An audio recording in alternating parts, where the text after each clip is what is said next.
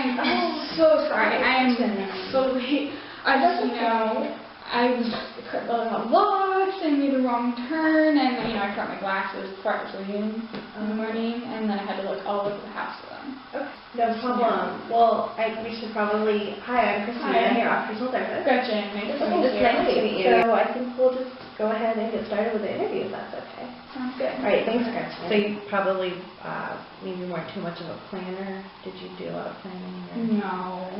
No. I mean, I was aware of the things that I should be doing, but I was always doing something else. Just I felt like I wasn't really in control. What kind of interest did you have as a kid, and how does that compare with your interest now? I like doing a lot of active things as a kid, and I think that I still do now. I just got back from 3 months in the northern forests of Minnesota, backpacking with Outward Bound. It definitely was it was very peaceful, because it was so quiet, and there was no set schedule that was required. You could just kind of take things at your own pace, and it was just very like a fresh start for me. No one had any expectations of who I was, and they didn't know of all my horrible behaviors or of my drug use. They just saw me for who I was then. So how would you describe your relationship with your family at that time? Bad. Like how was it bad? Well, my dad was never around, and my mom was very angry because of that. Their relationship is not good, but on top of that, every day I would get notes from my teachers sent home with me because of behaviors that I did in school and because I was failing exams. I eventually failed out of school. At one point, I got kicked out of private school and sent to public school again, and just all of those things upset my mom. My dad was never there, so she had to be in charge of disciplining me, and my mom was abusive. She'd yell, and she would, beat me when I would fail an exam. So do you think these expectations and chores and responsibilities, were they reasonable for you, or do you think your mom was too demanding, or? They were reasonable for my sister, but not for me. Okay.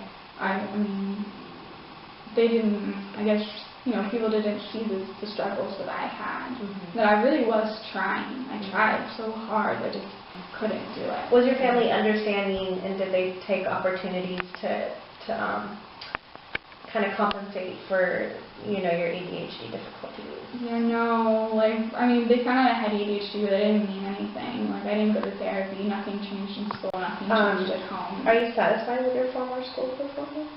No. I definitely wanted to do well.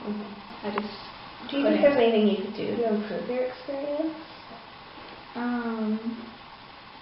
I feel like if the teachers taught me differently, I wanted to learn, but I couldn't learn in the same way that everyone else could.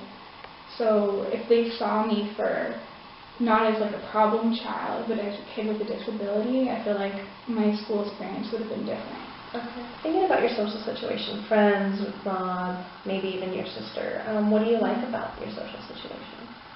My friends are good friends, I trust them, and I feel like I'm a good friend to them too, because I'm seen as the one that listens to them. They come to me for their problems, and Okay, that's good. It sounds like you're a good friend. Okay, Gretchen, so let's talk a little bit about work.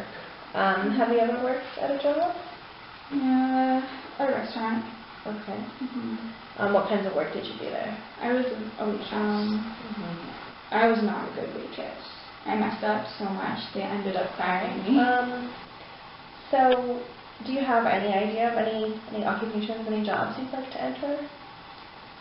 I would, I've been thinking about maybe going to become a teacher, because I would like to work with kids who have ADHD too, and be able to cater my teaching style to what their needs are, because since I wasn't given that myself, I would love to be able to give that to the kids. So I was thinking about maybe working for Outward Bound, or doing something else related to kids with ADHD. You work with adolescents with ADHD, so your job's pretty cool, I think.